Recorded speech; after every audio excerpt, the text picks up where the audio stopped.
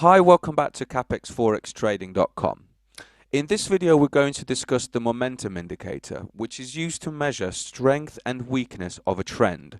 So if you're a trend trader, this is an absolute must indicator to use. And the reason why is because it provides us with good signals for entering and exiting a trend. Now, before we get into how to trade the indicator, the one thing you need to bear in mind is that this is what's called a leading indicator. This means that it works slightly ahead of price. So what it will do is provide positive reading for us before a trend actually begins. So it's a kind of a very good predictor of trend creation.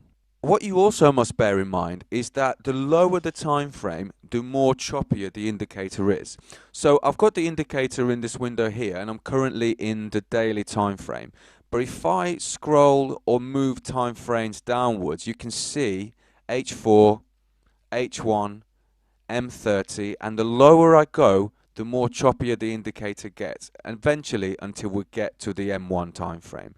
So what we're gonna do for the sake of this video tutorial is keep the time frame in the daily time frame. So how do we trade it? Well, the first thing we need to do is draw a horizontal line at the center point of the indicator. And so we need to set the value at 100 and double click that line so it doesn't move.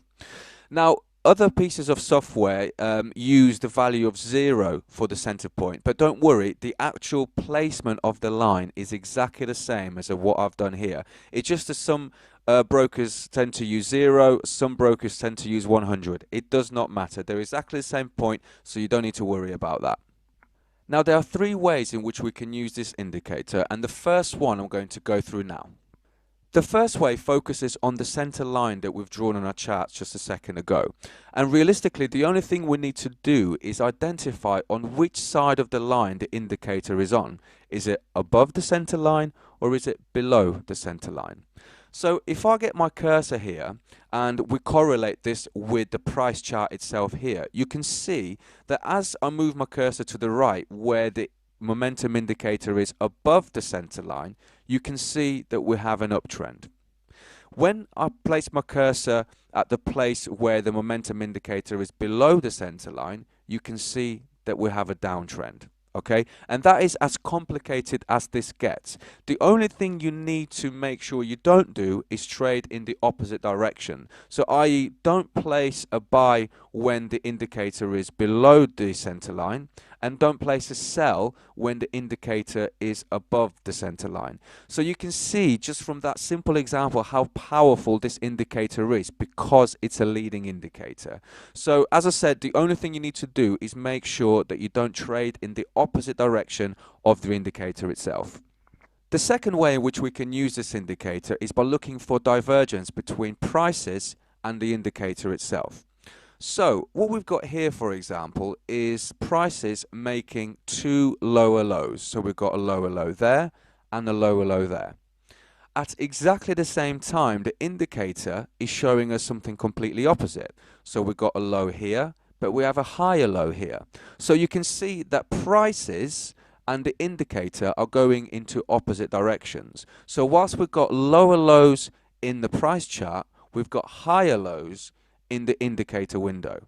So essentially, in the way in which we would trade this if it was a strategy, we've got a formation or a version of a double bottom being formed here. So what we would normally do is trade or place a trade at this point, which is equivalent to that middle peak here, which is in between those two lows. So we've got the peak there and we've got the two lows there.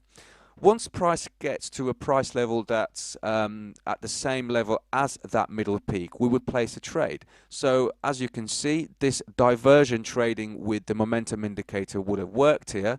The profit we would have been looking for was 121 pips.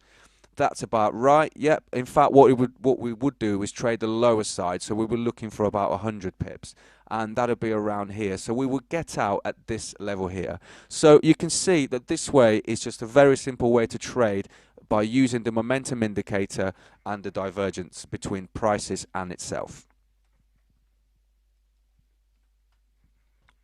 The last way in which we can use this indicator is by looking for a breakout. So in terms of our example, if I just join these lows here, you can see that we have a standard trend line that joins various lows in that uptrend. And then we have a breakout here, which is normally where we would take the trade, make a sell, and then profit from all of this decrease in prices here. We basically need to do exactly the same thing in the momentum indicator. So we need to match up the lows of the trend line with the lows of the momentum indicator.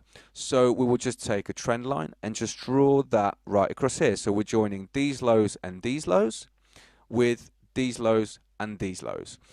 So as you can see here, if I just get my cursor, what we have is a breakout of the momentum indicator line. But at the same time, at this point here, we haven't got a breakout in price. So we leave this line in the price chart to be as it is, but we would move the momentum indicator connections a bit further down. So now we're connecting this low with this low. So what happens here? We now have a breakout in this area here of the momentum indicator. And what is happening in the price chart at exactly the same time?